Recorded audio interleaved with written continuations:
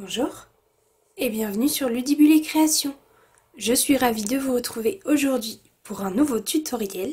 Nous allons continuer nos décorations de table pour les fêtes et nous allons aujourd'hui réaliser la petite boîte pour nos invités. Le premier projet que nous avons réalisé, c'était l'étui à couverts que je vous montre juste ici. Et comme vous pouvez le voir, j'ai fait la boîte invitée totalement coordonnée.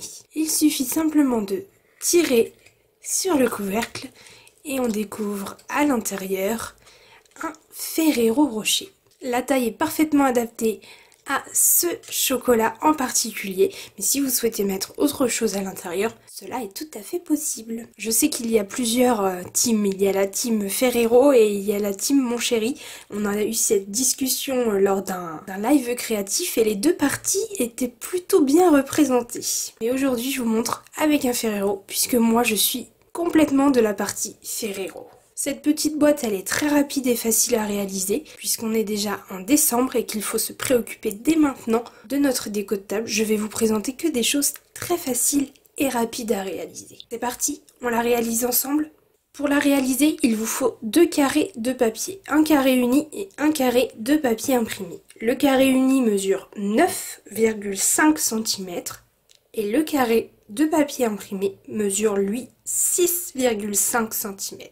Pour découper mes petites pommes de pin juste là, j'ai pris les poinçons pommes de pin de Noël, où vous savez, les grands poinçons qui sont feuillage et pommes de pin vraiment magnifiques, mais vous avez aussi les pommes de pin, juste ici et juste ici, qui une fois assemblées, vous donnent ceci. C'est ce que je vais faire dans un premier temps, découper ces deux morceaux et ces deux-là.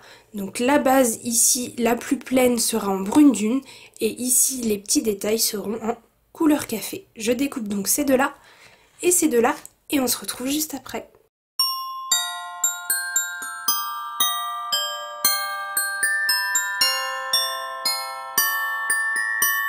Et voilà ce que ça donne une fois qu'ils ont été découpés. Je les mets de côté et je vais passer à mes plis sur mes papiers avec mon massicot. Je vais commencer par mon papier imprimé qui représente mon couvercle et je vais faire un pli à 1,4 cm pour les 4 côtés. Une fois mes 4 plis faits, je mets de côté et je prends mon morceau de papier uni et lui je vais venir le plier pour les 4 côtés à 3 cm.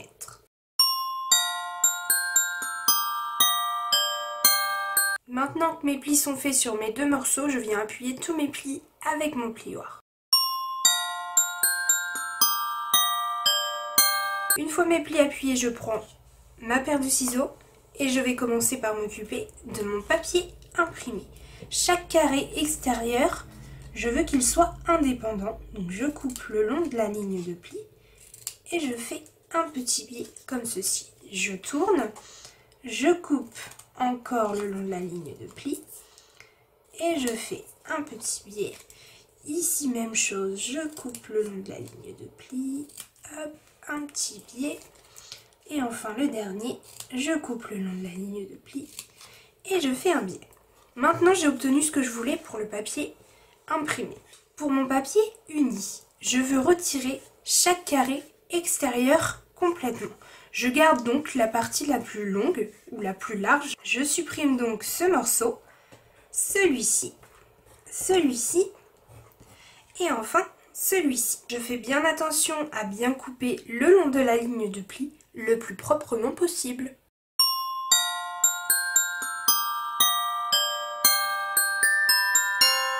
Et voilà ce que ça me donne. Donc sur celui-ci, je n'ai absolument rien à coller puisque ce sera une boîte à explosion. Donc quand on ouvrira le couvercle, les 4 côtés viendront comme ceci s'ouvrir. Celui-ci, je le mets donc de côté et je prends mon couvercle et ma colle.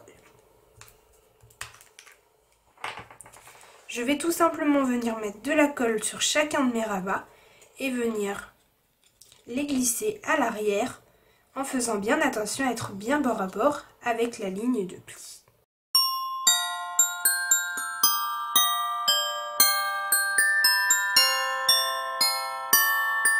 Maintenant que mon couvercle est assemblé, je vais pouvoir le mettre sur la base de ma boîte. Je viendrai glisser mon Ferrero une fois que j'aurai terminé cette vidéo. Et je vais tout simplement choisir le côté du papier imprimé qui me semble le plus joli.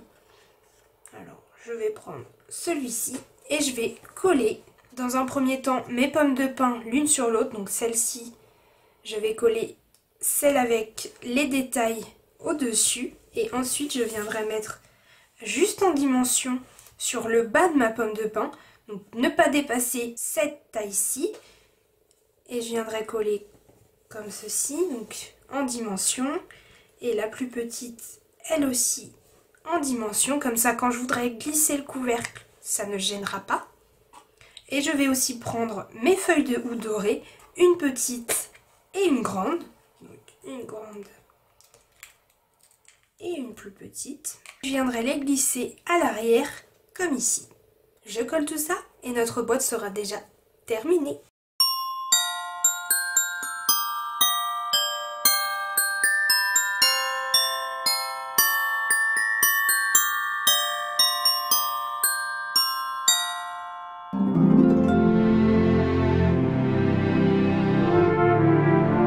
Et voilà ce que ça donne une fois que notre boîte est terminée et décorée.